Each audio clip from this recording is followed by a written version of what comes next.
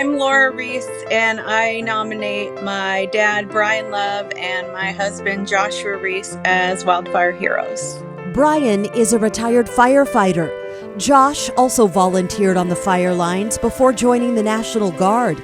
So when they were asked to help fight the Beachie Creek Fire in the town of Detroit, they didn't hesitate. They dropped everything to go help that community, and it's heartbreaking to see what's left of Detroit and think of all the families who that was their lives up there, and it's just ashes. It was really a surreal experience. I drove by the church and all there was this sign. That was all that was left, and it was pretty moving to see that. And as we rounded the corner, here was one of the firefighters, his name's Don, was standing in the rubble with his head down. And I told Josh, we need to go pray with him. And so we did. We got into the rubble with him, and he said, well, let's stand right here. This is where I sit on Sundays. So we held hands, we said a prayer, and as we were turning around, I spotted the bell laying in the rubble. And so Don and Josh and I got that thing out of the fire, and the church will be able to have their bell again. And we know it rings because we rang it. It was a great feeling. It was, but it's just the thing to do.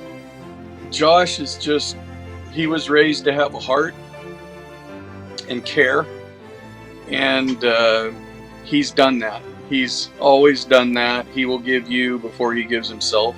It was a true honor to fight fire next to him. In fact, I asked him at one point up there, I said, did you ever figure you're going to be fighting fire with this old man? And we laughed and moved on. Josh, when he's not fighting fire and being a hero, he hates being called that, by the way. He loves to team rope and ride, and the whole family, we do ride horses and we do barrel racing and all that crazy stuff. This summer he went to a roping, and for the first time he walked away with more money than he spent, and that was just the highlight of his summer. As far as Detroit, I see nothing but great future. It's never going to be the same, but it will rise. How long it will take, what it will look like, that is unknown at this point. Josh and I both said to the firefighters up there is celebrate the victories, because if you don't, the fire will beat you. And that means, so for every building that didn't burn, that's a victory. The bell is a victory. And that's going to build that strength to build them back up, because a lot of these guys they lost it all, yet they were right there next to me saving what they could. And that's honorable.